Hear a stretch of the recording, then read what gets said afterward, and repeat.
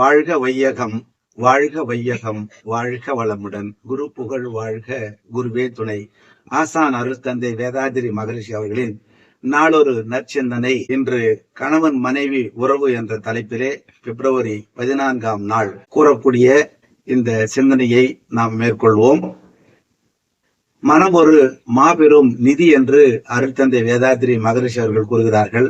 இதனையே பட்டினத்தார் அங்காடி நாய் போல் திரியும் மனமே என்றும், அவ்வை பிராட்டியார் மனம் ஒரு குரங்கு என்று கூறுகிறார்கள்.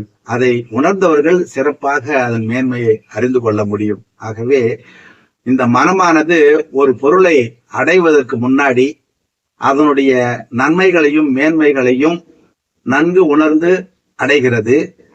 அதை அடைந்த பிறகு அதை குறை காணக்கூடிய ஒரு நிலைக்கு உயர்கிறது என்பதை அவ்வை பிராட்டியார் சொல்கிறாங்க. அப்படி மனம் விரிந்த நிலையிலே இயங்கக்கூடியவர்களுக்கு இப்படி குறை காணக்கூடிய பக்குவம் இருக்காது என்று கூறுகிறார்கள். நல்லதையும் உயர்வையும் பாராட்டுங்கள், குறைகள் நுட்பமான முறையிலே எடுத்து விளக்கணும்.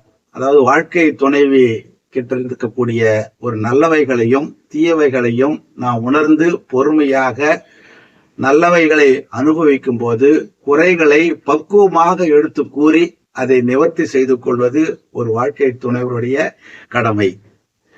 கணவன் மனைவியும் மனைவி கணவனுக்கும் சிறப்பு காணும் போது அந்த உயர்வை கண்டு பாராட்ட வேண்டும் என்ற ஒரு நோக்கம் மிகவும் அவசியமாகிறது. தன் வாழ்க்கை துணைவி தன் வாழ்க்கை துணைவர் சிறப்பு காணும் போது அவர்களை ஒவ்வொருத்தரும் பாராட்டணும். அப்படி பாராட்டும் போது அவர்களோட வாழ்க்கை அன்பும் கருணையும் பெருகி இருக்கும் என்பதை கூறுகிறார்கள். அதை உறுதிப்படுத்த எதனால் எப்பொழுதுமே பாராட்டி கொண்டே இருக்க வேண்டும் என்ற ஒரு நிலைக்கு நாம இருக்கக்கூடாது. ஏன்னா அது முகஸ்துதிக்கு ஆக பாராட்டக்கூடியதாக அமைந்துவிடும். ஆகவே நாம் சிறப்பு செய்யும் பொழுது கண்டிப்பாக பாராட்டணும். அது மட்டுமல்லாது உலகம் முழுவதும் இருக்கக்கூடியவர்கள் ஒரு சிறப்படையும் பொழுது வாழ்க்கை துணையை பாராட்டும் போது தன் வாழ்க்கை துணைவர் நம்மை பாராட்டவில்லையே என்று ஏங்கக்கூடாது. ஏனென்றால் தன் வாழ்வினுடைய கடைசி வரை துணையாக வரக்கூடியவர் வாழ்க்கை துணைவர். அப்படி வாழ்க்கை துணை சிறப்படையப்படும் போது அதனோடு இணைந்து உலகத்தோடு ஒட்டி தானும் சந்தோஷப்படக்கூடியவர் தான் வாழ்க்கை துணைவர் என்பதை நாம் புரிந்து கொள்ள வேண்டும். அதனால தனியாக தன் வாழ்க்கை துணை தன்னை பாராட்டவில்லையே என்று இயங்கக்கூடாது. இது தேவையற்ற எண்ணமாக இருக்கும். ஆகவே தன் வாழ்க்கை துணைவரிடம் நல்ல ஒரு கருத்துக்களை பரிமாற்றிக் கொள்ளும் பொழுது கணவன் மனைவி உறவு சிறப்பாக இருக்க வேண்டும். அதுல அழகா மகரிஷி அவர்கள் நமக்கு ATS என்று சொல்லக்கூடிய ஒரு ஷார்ட் ஃபார்முலா கொடுத்திருக்காரு. Adjustment, tolerance, sacrifice. விட்டு கொடுக்கணும், அப்புறம் சகிப்புத்தன்மை ஏற்படணும், அப்புறம் தியாக குணம் இருக்கணும். இப்படி கணவன் மனைவி இடையே எல்லாவற்றிலும் கமெண்ட் டிமாண்ட் என்று சொல்லாமல், விமர்சனம் இல்லாமல், அதிகாரம் பண்ணாமல் கண்டிப்பாக நாம் வாழும்போது நமக்கு கணவன் மனைவி இடையே இருக்கக்கூடிய சிறப்புகள் மேலோங்கி நிற்கும் என்று பெண்ணின் பெருமையை உணர்ந்த மகான் அருட்தந்தை வேதாதிரி மகரிஷி அவர்கள் நமக்கு தெளிவாக எடுத்துரைக்கின்றார்.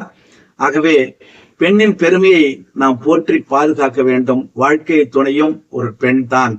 பெண்ணாக வரும்போது அவர் நமக்கு வாழ்க்கை துணையாகவும், ஒரு பெண்ணானவள் தமக்கையாகவும், ஒரு பெண்ணானவள் தாயாகவும் வருகிறாள். ஆகவே ஒரு பெண் வாழ்க்கை துணையாக வரும்பொழுது அந்த இருவருக்கும் இடையே உள்ள உறவானது தெய்வீக உறவாக இருக்க வேண்டும் என்றால் குறைகளை நீக்கி நிறைகளை வாழ்த்தி வாழும்போது அந்த கணவன் மனைவி உறவு மேலோங்கி நிற்கும் என்பதை அருட்தந்தை அவர்கள் நமக்கு உணர்த்திருக்கின்றார்.